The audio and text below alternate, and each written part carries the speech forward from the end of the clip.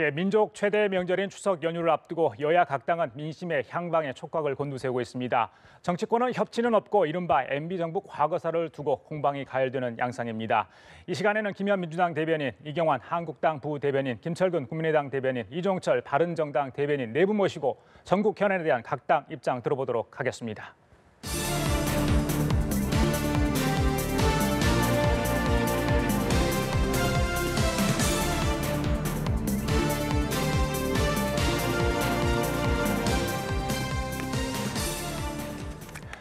예, 원내 교섭단체를 이루고 있는 사당 대변인 이번 주도 모셨습니다.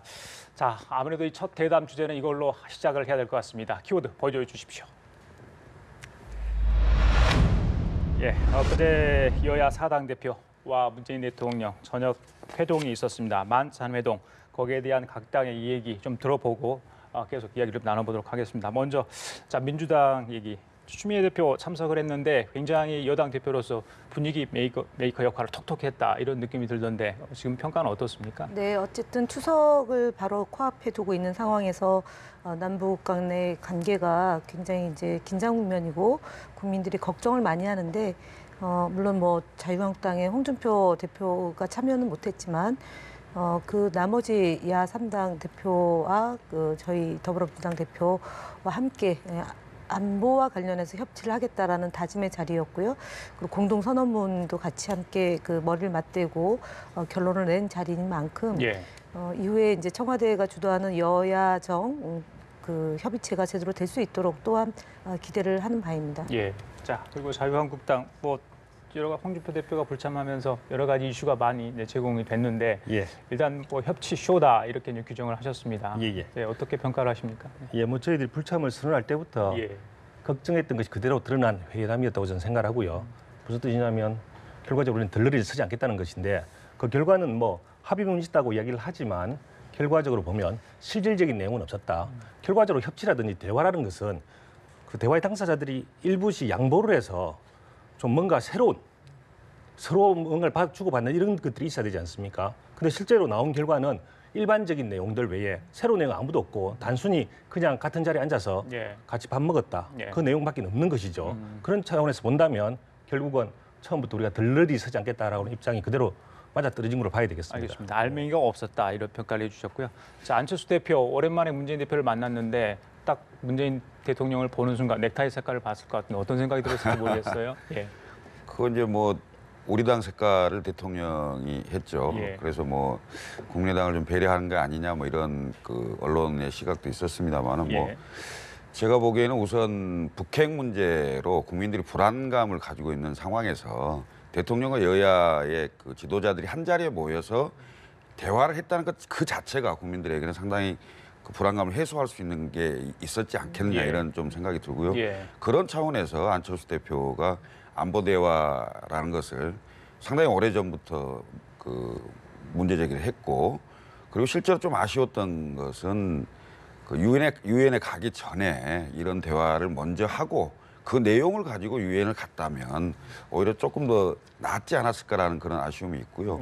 안철수 대표는 이제 물론 합의문 5개 한 건 나왔습니다만은 그 내에서 치열하게 국민들의 목소리를 전달하고 안보의 불안감에 대해서 충분히 대화를 하고 이견이 있는 부분에 대해서도 충분히 설명을 하고 했다고 이후에 밝혔습니다만 조금 후에 뭐 그 할 얘기 있으면 제가 하겠습니다. 알겠습니다. 자, 바른정당 조영 권한대행이죠. 대표 권한대행이 참석을 했는데 하실 말씀 다 하셨는지 모르겠어요. 좀 아쉬웠던 게 있었나요? 어떻게 보세요, 예, 저희는 사실 대통령에게 한 2개월 전에 그러니까 7월 말에 북한이 화성 14를 발사했을 때 그때 초당적인 안보 대화가 필요하다. 그래서 대통령이 영수회담을 좀 소집해줬으면 좋겠다라고 요구를 했었습니다. 그런데 그 이후에 몇 번의 고비가 있었는데 계속 그냥 넘어가면서 2달 만에 이렇게 성사가 됐는데 소통을 표방하는 청와대 치고는 좀 많이 아쉽다 이런 이야기를 먼저 드리고 싶고 뭐 이야기를 좀 많이 했습니다만은 실질적인 결과물보다는 매우 포괄적이고 일반적이었다. 좀 이런 평가를 할 수밖에 없는 것 같습니다. 물론 이제 만남 자체는 충분히 의미가 있었다라고 보고요.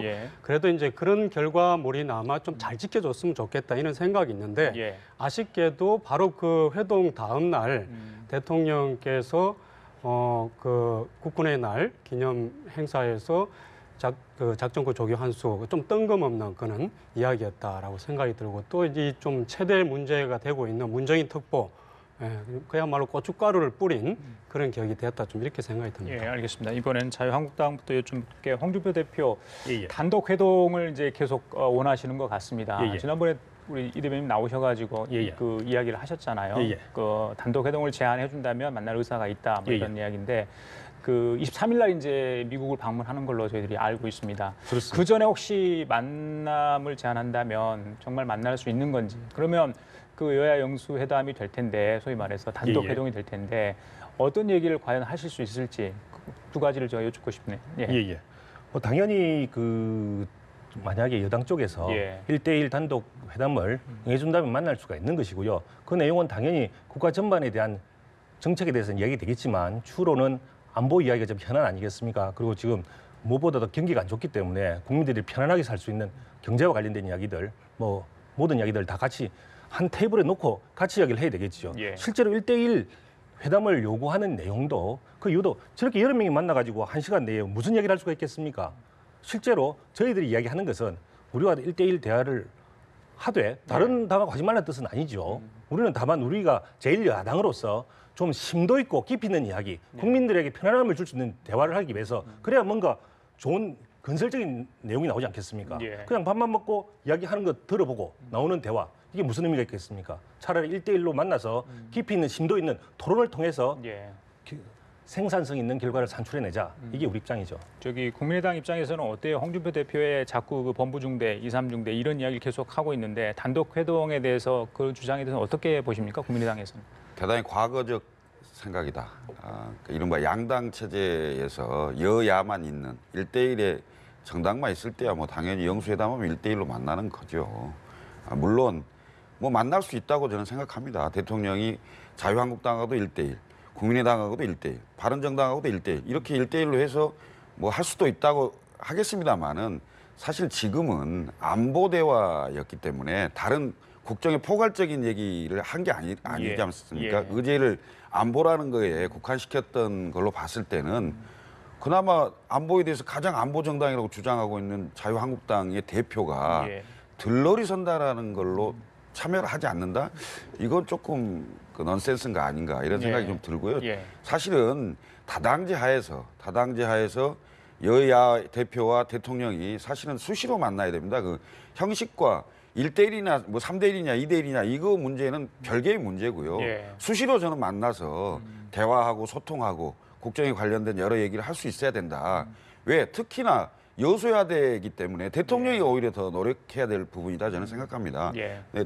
이번에 그 전체가 모이는데 홍준표 대표만 안 온 거에 대해서는 글쎄요 그 안보 관련인데 글쎄 입이 10개라도 그게 변명이 될란지 모르겠습니다. 지난번에도 안 왔고 이번에도 안 오고 그러고 결국 1대1로 하면 오겠다.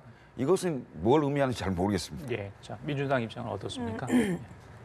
지금 이제 들러리 서지 않겠다고 해서 이제 3번에 걸친 그 대통령 초청 여야 영수 회동에 대해서 이제 참여를 하지 않았는데 그렇다면은 어저께 국군의 날 행사를 참석하지 않은 건 또 뭐냐라는 게 이제 국민들이 의아해하는 거 아니겠습니까? 이제 안보를 강조하고 특히 현장에서 고생하고 있는 군 장병을 위로하고 헌신과 노고를 아낌없이 박수를 보내는 자리가 어제 바로 국군의 날 행사인데 대통령이 주관했기 때문에 참여할 수 없다라고 말씀을 하신 것 같습니다. 홍준표 대표 측에서. 그래서 저희는 그걸 보면서 이제 홍준표 대표가 그리고 오늘은 또 기자 간담회를 통해서 이제 하시고 싶은 말씀을 시원하게 다 하셨는데 제가 볼 때는 이분이 너무 본인 위주로 상황을 좀 관리하려고 하는 것이 아니냐. 안보 문제를 너무 정략적으로 접근하는 것이 아니냐 또는 홍준표 대표의 중심적 이슈로 가져가려고 하는 것이 아니냐라는 것 때문에 불편하고요.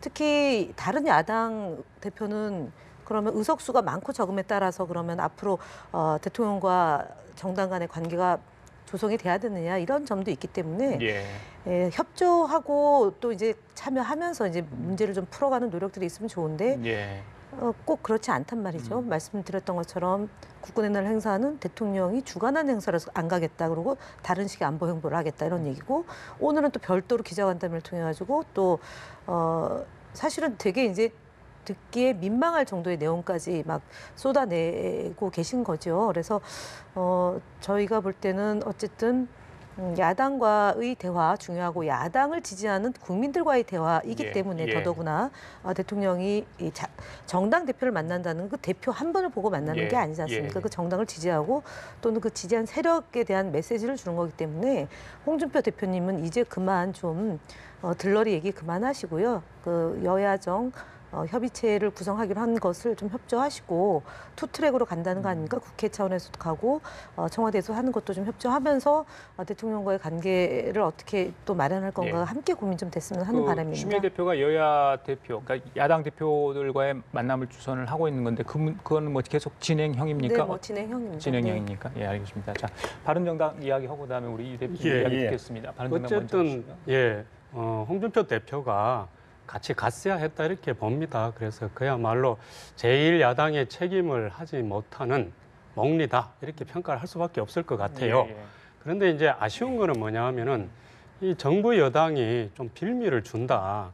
저는 이렇게 이제 홍준표 대표의 행동이 정말 변명의 여지가 없는 그런 상황이 되는 게 맞는데 이 자꾸 정부 여당이 예를 들면 자꾸 적폐라든지 이렇게 이야기하고 지금의 분위기가 솔직히 홍준표 대표가 참 대통령 만나러 가기가 그렇게 편치 않은 그런 상황인 것만은 분명한 것 같아요. 그럼에도 불구하고 안보 대화였기 때문에 그래도 홍준표 대표가 그냥 꾹 참고 갔어야 했지 않나 저는 좀 이렇게 봅니다. 자, 이대변인 한마디만 하겠습니다. 예. 비슷한 이야기 좀 해주셨는데 좀 자세히 얘기하면 이런 거죠. 뒤에선 칼을 겨누면서 만나기만 하자. 어느 누가 만나겠습니까? 지금 우리 앵커께서도 얘기하셨지만 실제로 적폐청산 드라이브라고 얘기를 하면서 제1야당에 대한 칼끝이 너무 무서워서 무슨 일을 할 수가 없습니다. 왜 그놈의 적폐청산은 보수 세력만을 겨누고 있는지 잘 알 수는 없는데 어쨌든 적폐청산이라면 다 겨누어야 되겠죠. 다 쌓인 것이 잘못이 있으니까. 그럼에도 불구하고 지금 하는 것은 전부 다 보수 세력에 대한 적폐청산만 이야기하고 있는 거 아니겠습니까? 그 상태에서 뒤로는 칼을 다 겨누어 가지고 우리 입장에서는 어떻게 보면 보수 세력을 다 실을 말리겠다.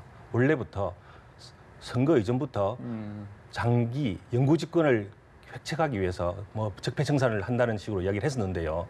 그와 같은 내부적인 의도를 가지고 있으면서 다만 국민의 보여주기 식으로 만나기만 하자 이렇게 한다면 어느 누가 할 수 있겠습니까? 적어도 대화를 하시려면 야당과 대화를 하시려면 대화 여건을 만들어야 되겠죠. 대화 여건이라고 하면 그냥 이루어지는 것은 아닙니다. 적어도 신뢰감을 가질 수 있도록 적어도 여당도 여당대로 국정의 책임자로서 할 수 있는 건 해주고 해야지. 지금 어느 하나의 안건도 하나의 건에 있어서도 여당이 과연 야당의 이야기를 들어준 적이 있습니까? 예, 알겠습니다. 자, 그러면 일단은 문재인 대통령이 부른 회동은 가지 않겠다. 그럼 여야정 국정 상설 협의체, 이건 뭐 국회에서 주도할 수 있으니까 일단 정의당을 빼놓고요.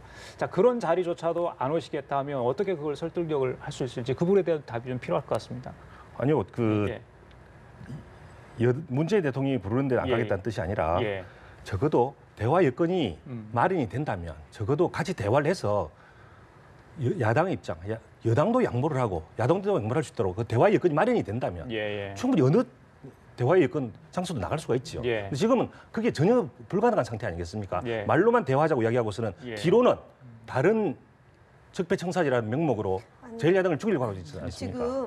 말씀하시죠. 지금 여야정 상설 국정협의체가 이제 안보 분야에 대한 논의를 좀 하고 입장의 차이는 차이인 거고요. 그리고 이제 좁혀야 될 것은 좀 좁히자는 취지로 하자는 거 아니겠습니까? 근데 갑자기 느닷없이 적폐청산에 대한 칼끝을 겨누고 있기 때문에 의제 조율이 안 된다. 안건 어떻게 칼끝을 겨누고 있는데 만날 수 있느냐라고 얘기를 하잖아요. 지금 홍준표 대표님한테 가 있는 칼끝은 저희 문재인 정부하고 하등 상관이 없는 거죠. 아니요. 그렇고요. 두 번째는요. 법대로 가야 되는 거예요. 국민들이 볼 때는 그러면은 자유한국당에 소속되어 있는 의원들이 지금 연루된 게 이제 그 채용 임용 과정에서의 논란이 된 감사원 감사 결과에 문제점이 있어서 재수사를 하는 거고 그다음에 이제 이명박 전 대통령이 원세훈 국정원장하고 관련되어 있는 부분에 대해서 지금 수사가 진행되는 거 대표적인 그런 거잖아요. 근데 이것이 지금 홍준표 대표가 문재인 대통령을 만나서 의논하는데 무슨 칼끝을 겨누고 있다는 건지 이해를 못 하겠고요. 적폐청사는 아니요. 그게 아니라 제가 이해를 못 한다는 얘기가 그 말씀의 취지를 이해 못 한다는 거의 얘기입니다. 그래서 지금 국민들이 얘기하는 적폐청사는 잘못된 관행을 바로 잡아야 되는 것이고요. 그다음에 일자리를 누구는 빼기 좋아서 직장을 구하고 누구는 예를 들어서 여성이기 때문에 임용도 안 되는 이런 거 다 바로 잡아야 되는 거 아니겠습니까? 그러면 기본적으로 정부가 바뀌었을 때는 그 정부가 대지지해준 분들, 국민들이 어떠한 나라를 세우라는 그런 요구가 있을 거 아닙니까? 그러면 그것이 진행되는 거에 대해서 지금 자유한국당이 못하겠다. 이러면은 못 만나는 거죠. 김현 대변인 말씀은 지금 이제 그 문재인 정부 사는 적폐청산의 칼끝이 홍준표 대표를 겨눈 게 아니다. 특정해서 뭐 자유한국당 겨눈 게 아니라 MB 정부 타겟, 그다음에 자유한국당 일부 의원들의 채용 관련 비리 의혹에 대한 어떤 그런 부분들이 적폐청산으로 규정, 예를 들자면 그런 얘기다. 이렇게 이야기하시는 것 같아요. 여기에 대해서 이용환 대변인께서는 뭐? 아니 홍준표 대표한테 개인적으로 칼끝을 겨눴다고 제가 얘기를 한 게 아니고요. 보수 세력, 이전 정권, 그러니까 현 여당이 아닌 과거 여당이었던 그 세력에 대해서만 보수 세력에 대해서 칼끝을 겨누고 있다고 제가 말씀을 드렸죠. 그래서 지금 그 보수 세력을 결과적으로 칼끝을 겨누어서 가지는 이득은 무엇이겠습니까? 적어도 야당이 보기에는 결과적으로 봐서는 그 현 여당이 장기 집권을 획책하기 위해서 하는 걸로밖에 볼 수 없는 것이고요. 그리고 그 두 번째 무슨 질문하셨었죠? 자, 두 번째도 마찬가지 여야정 상설협의체라도 나와서 할 수 있지 않느냐.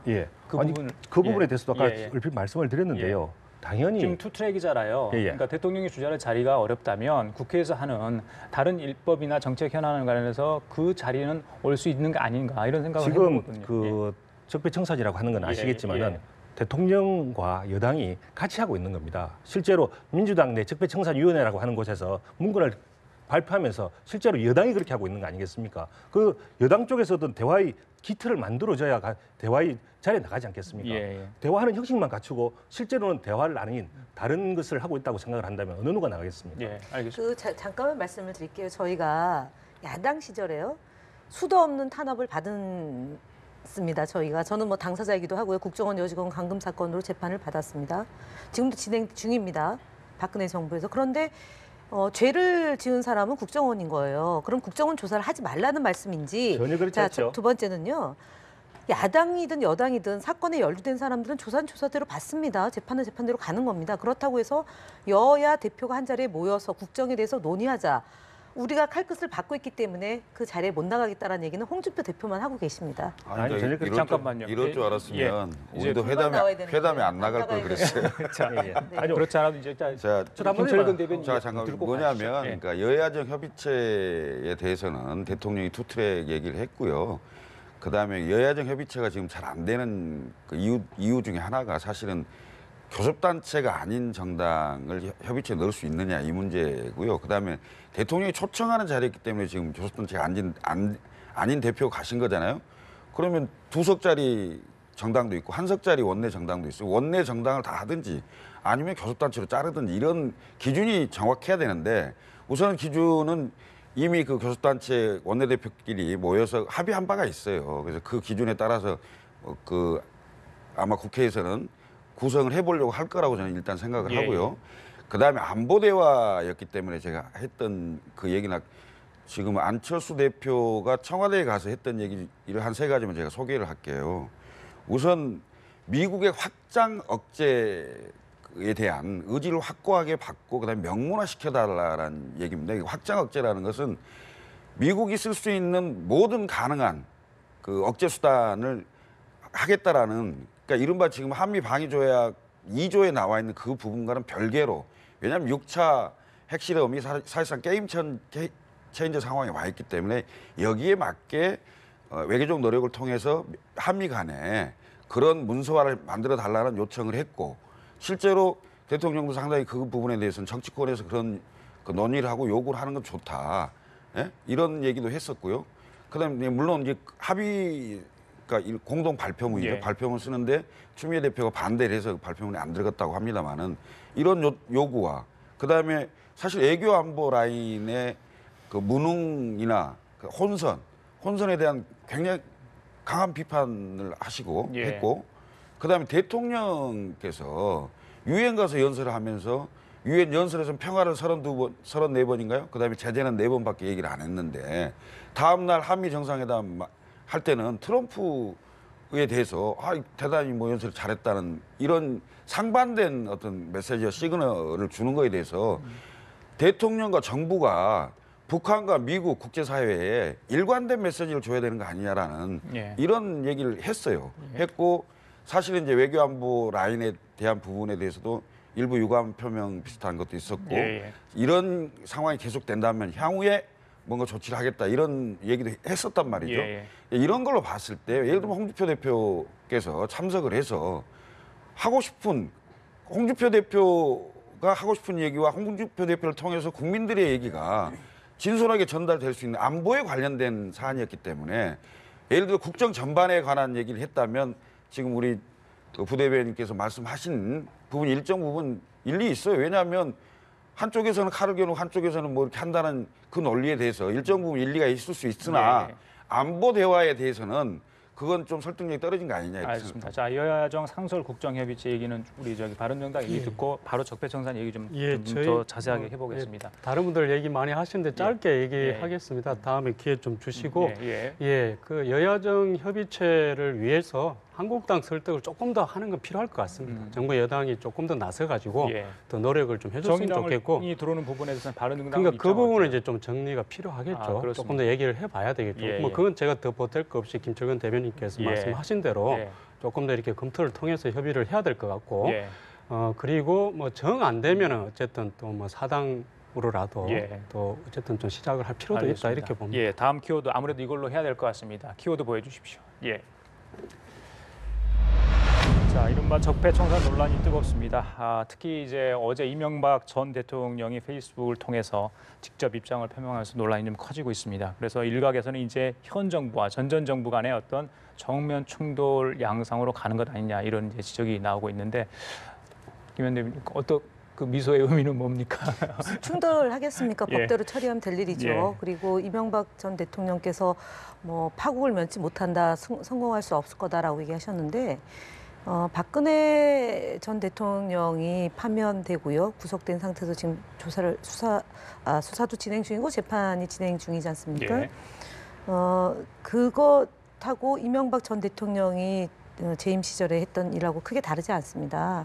특히 국정원과 그다음에 그 군 사이버 사령부를 동원한 거, 그다음에 언론인들에 대한 탄압, 그다음에 블랙리스트를 만들어서 연예인들이나 이런 그 이제 출연 못하게 한 것뿐만 아니라 정말 참 입에 담기도 옮기기도 어려운 그런 그 일들을 국정원을 통해서 했던 것이 이제 밝혀지고 있는 상황이고요.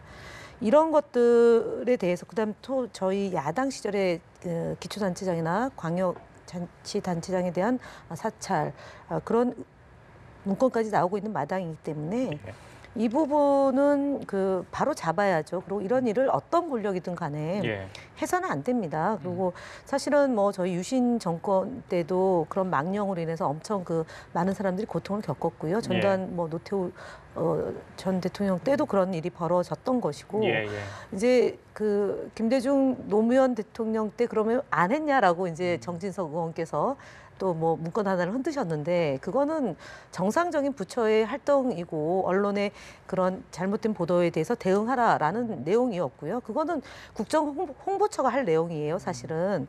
근데 지금 불행히도 이명박 정부에서 국정홍보처를 없애면서 국가정보원이 정치적 중립을 지켜야 될 국가정보원에 의한 일들이 이렇게 무더기로 쏟아져 내리고 있기 때문에 바로 잡을 건 바로 잡고 더 이상 이런 그 나쁜 짓을 하면 안 된다는 것들을 국민들에게 소상히 보고를 해야 된다고 봅니다. 그래서 지금 이 문제에 대해서 자유한국당이 정치 보복이다. 그래서 더 이상 하면 안 된다고 얘기하는 것은 법 위에 법 성역을 인정해 달라는 것밖에 되지 않기 때문에 이 문제는 자유한국당이 물론 뭐 선전전이겠죠. 그러니까 뭐 국민들을 상대로 또 다른 심리전을 펼치고 있는 것이라고 보지만 그야말로 국민들은 촛불 이전과 이후 많이 달라졌고요.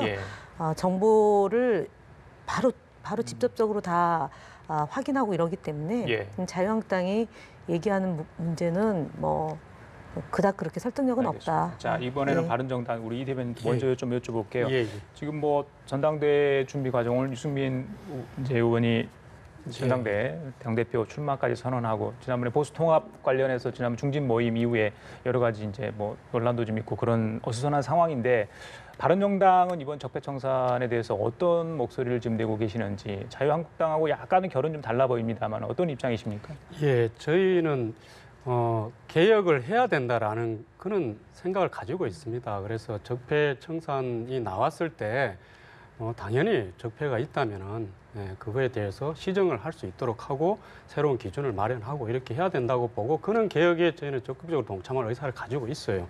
그리고 그렇게 좀 이제 바라봐 왔고 지지해 왔습니다. 근데 최근 들어 가지고 점점 고민이 많이 되는 거예요. 그래서 저희 바른정당으로서는 정말 더불어민주당이 그 정부 여당이 원망스럽습니다. 이 한국 사회가 합리적이고 개혁적인 방향으로 가는 데 있어서 그런 목소리들의 폭을 자꾸 좁히는 거예요. 이 강대강의 구태 정치가 부딪힘으로 해가지고 그래서 저희는 굉장히 그 사이에서 안타까우면서 이제 지혜롭게 방향을 찾아 나가려고 하는데 직접적으로 지금 이 적폐 문제와 관련해서 저는 정부 여당이 레드라인을 지금 넘어서고 있다라고 보이는 거예요. 이 적폐 도대체 뭔 적폐를 청산하려고 하는지 그냥 딱 내놨으면 좋겠습니다. 저희가 알고 있기로는 처음에 국정원 개혁이라고 했거든요. 그러면 국정원을 개혁하면 됩니다. 국정원 개혁에 대해서 다 공감대가 형성되잖아요. 물론 이제 쟁점이 있습니다. 그러면 그 쟁점을 위해서 서로가 지혜를 모아 나가야 되는데 국정원 개혁이 아니라 지금 이명박 대통령을 잡아 넣겠다는 거잖아요.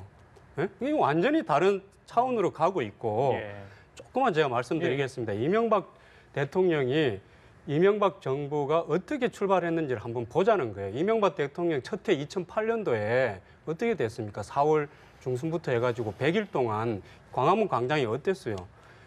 그 광우병 사태는 물론 그 광우병 사태에 대해서 뭐 이렇게 막 한쪽으로 얘기하는 건 아니고요. 거기에 참여했던 분들에 대해서 제가 이제 뭐 어떤 다른 얘기를 하는 건 아닌데 결과적으로 보면은 우리가 많은 반성이 필요했던 거고 이명박 대통령으로서는 첫 해에 정말 엄청난 치명타를 입은 겁니다. 그래서 종북 대응 활동을 갖다가 인식을 하게 된 거고요. 그걸 전개를 한 거죠. 국정원을 중심으로 해가지고. 그리고 당시에 북한에서 사이버 그 부대를 갖다가 창설을 하고 사이버 공작을 크게 확대하던 시기였습니다. 그런 상황에서 그 두 가지 배경을 가지고 이명박 대통령, 이명박 정부가 이 대응 활동을 하는 과정에서 과도함이 나타난 거예요. 제가 봐도. 그럼 그 과도한 부분만 가지고 문제 제기를 하고 거기서 시정을 하고 개혁을 하자. 저는 이제 이렇게 가면은 지금 말씀하신 게 우리 이종철 대변인의 입장, 개인 입장입니까? 바른정당의 입장입니까? 지금 말씀하시는 게 왜 그러냐면 약간 지금 나오는 어떤 정황 증거랄지 공개적으로 나온 이야기들하고 조금의 수위가 안 맞는 부분들이 좀 있는 것 같아요. 그래서 여기 나오셔가지고는 아마 이 바른정당 입장을 공식적으로 대변을 해주실 필요가 있지 않냐. 그래서 그런 제가 말씀을 드릴게요. 뭐 제가 그 의식하고 얘기 드리는 거니까요. 이렇게 이해를 하시면 될 것 같고 그래서 이제 그런 면에서 어느 정도 적정한 좀 이렇게 선을 넘지 않도록 조금 더 신경을 쓰는 그런 게 필요하다 이런 말씀 드리고 싶습니다. 국민의당은 지금 특검 이야기를 하셨죠. 한국당과 민주당이 좀 자중을 해달라 이야기를 하면서 특검 카드를 좀 꺼내 드신 것 같은데 자 어떻게 특검이 될 것 같습니까? 일단 과거의 잘못된 관행과 잘못은 바로 잡아야죠. 특히 민주주의 원칙을 훼손시킨 부분에 대해서는 반드시 찾아내서 바로 잡아야 된다고 저는 생각합니다. 그래서 그런 점에서는 이 상황이 제대로 가야 된다 이런 생각이 드는데요.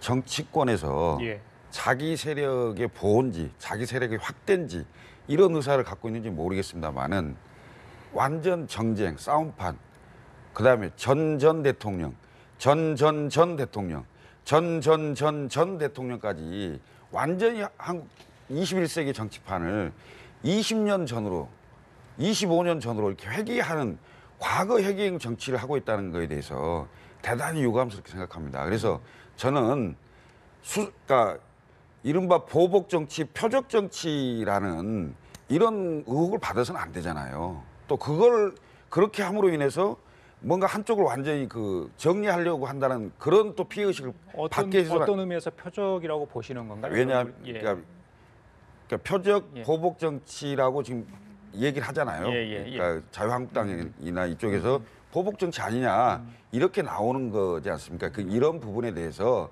한쪽은 보복 정치, 무슨 소리야 한쪽은 적폐청산 이렇게 딱 강대강으로 부딪히면 이건 실제로 문제 해결이 안 되는 거 아니냐. 예. 그래서 이럴 거라면 예. 사실 국정원에 관련되고 그다음에 민주주의 원칙이 훼손되는 반드시 우리가 좀 들여다봐야 되겠다. 예. 그리고 고쳐야 되겠다. 이 부분에 대해서는 그럼 차라리 최순실 박근혜 최순실 국정농단 사건 때처럼 예. 그때도 국민의당이 그 특별검사를 추천했는데 독립성을 가진 특검을 통해서 중립성을 가진 특별검사한테 맡겨서 예. 정말 보복 정치다 뭐 이런 얘기가 안 나오도록 한번 해보자 이런 취지로 이제 우리가 말씀드린 알겠습니다. 겁니다. 예. 하겠습니다. 예.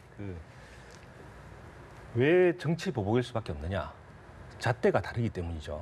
지금 현재 국정원, 검찰 뭐 이런 데를 운영하는 것은 다 여당 아닙니까? 거기서 있는 그걸 운영하는 사람이 실제로 내부 서류들을 봤을 때 불리한 야당한테 불리한 자료들만 전부 다 지금 공개하고 있죠. 그 유리한 자료는 없겠습니까? 그리고 과거 야당이었던 진보 정권에 불리한 증거는 없었겠습니까? 하지만 모든 나오는 자료는 현재의 야당에 불리한 자료만 내놓고 있습니다. 그게 무슨 뜻입니까? 이거는 표적으로 야당을 정해서 그 야당에 대해서 정치 보복을 하겠다라고 생각할 수밖에 없는 거죠. 왜? 만약에 그 국정원에서 내세우는 자료 중에 현재 여당이 잘못했다라는 서류 하나라도 내놓는다면 그런 생각 안 할 수도 있겠죠. 아니 근데 보세요. 지금 원세훈 전 원장을 재판한 것은요. 박근혜 정부입니다. 박근혜 정부 때 재판이 시작된 거예요. 그거는 국정원의 여직원 감금 사건을 에 대해서 저희 당시에 더불어민주당이 2012년 12월 11일 날 현장을 발각해가지고요. 조사가 진행된 거고 그거는 당시 그러니까 2012년 이후부터 쭉 진행되어 왔던 것이 재판이 최근에 이제 결론이 난 거죠. 답변해도 되겠습니까? 잠깐. 그리고요. 지금 지금 얘기하는 게 뭐 무슨 야당께 왜 없냐? 지금 여당 된 야당은 왜 없냐? 그러니까 현재 여당 거는 없겠느냐라고 얘기를 하셨잖아요.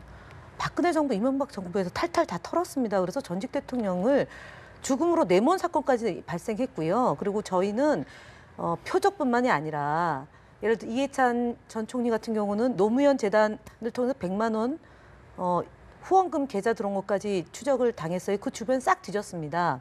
그다음에 이병환 당시 비서실장도 싹 뒤졌습니다. 그리고 한명숙 총리에 대해서는 첫 번째 사건이 무죄가 나니까 별건으로 해서 지방선거를 앞두고 두 번째 사건 만들어 기어이 대법원에 가서 2년형 살고 나왔습니다. 있는 걸 덮을 수 있었겠습니까? 박근혜 정부에서요, 이명박 정부에서 참여정부 인사들에 대해서 없습니다. 자신 있게 얘기할 수 있습니다. 그러고요, 만약에 정치자금이나 선거법 위반이 돼 있으면 현재 여당이든 야당이든 성역 없습니다. 그리고 지금 자꾸 뭐가 우리에게 뭐가 있는데 그건 감추고 야당만 겨냥한다? 그건 허위 사실입니다. 예, 잠깐만요. 자, 그렇죠. 지금 이제 이명박 생각으로 얘기하지 마십시오. 이명박 전 대통령의 측근, 그러니까 MB 측근들까지 나서서 지금 이제 의사를 표명을 하고 있는 상황이죠. 그 예전에 이제 정두원 의원 같은 경우는 뭐 돌아섰기 때문에, 근데 그러니까 이명박 전 대통령이 포토라인에 서게 될 거다 이런 이야기를 하는가 하면 김두 전 홍보수석은 결국에 이게 정치사에 이런 일이 이런 시도는 성공하지 못할 거다 이런 식으로 이제 지금 전방위로 나오고 있는데, 자유한국당 같은 경우는 그에 맞서서 이제 노무현 전 대통령의 뇌물수수 의혹의 특검 이야기를 지금 계속 하고 있는 상황 아니겠습니까? 그렇습니다. 예. 상황이 그러면 더 악화될 상황인데 그 대치 국면이 계속되잖아요. 적폐 청산을 한쪽에서는 왜 하느냐 하는데 계속해서 이렇게 상황이 악화될 상황인데, 그렇다면 자유한국당에서 이제 이거 문제 해결을 어떤 뭔가 이 정쟁을 막기 위한 대책을 또 자유한국당 입장에서 마련해야 되지 않을까? 어떻습니까? 그 부분에 대해서. 당연히 거기에 대한 원래 갈자루는 여당이 지고 있는 거고요. 시작도 여당이 한 것이고요. 거기에 대해서 지금 저희들은 약자이고 피해자이고 실제로 할 게 있는 게 없습니다. 예. 최소한의 희생자로서 최소한의 지금 저항을 하고 있을 뿐이고요. 지금 아까 우리 그 김현 대변인께서 그런 이야기 했는데 죽음으로 내몬, 과연 죽음으로 누가 내몰았습니까?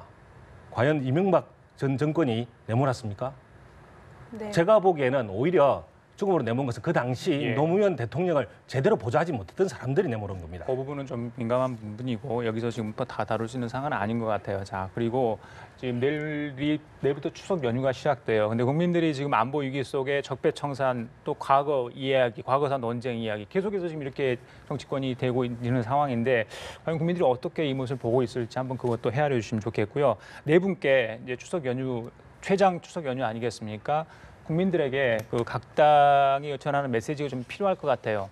뭐 추석 연휴 민심 잡기에 오늘 여야 지도부가 함께 다 서울역이나 용산역에 나가신 걸로 알고 있는데 한마디씩 국민들께 좀 하십시오. 앞으로 어떻게 좀 각 당이 좀 나가겠다 이런 메시지가 필요할 것 같아요. 올 추석은 예. 예년에 비해서 가장 긴 추석 연휴입니다.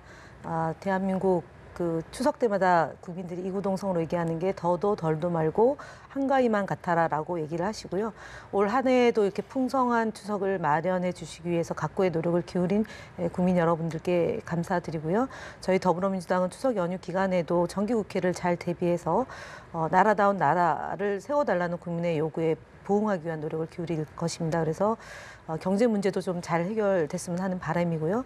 남북 간의 긴장도 고조되지 않은 상태에서 좀 더 차분한 추석이 되었으면 하고 올 한 해 고생 많으셨습니다. 가까운 친척과 가족들이 모여서 즐거운 연휴 보냈으면 합니다. 예, 알겠습니다. 네. 국민의당 먼저 하시겠습니다.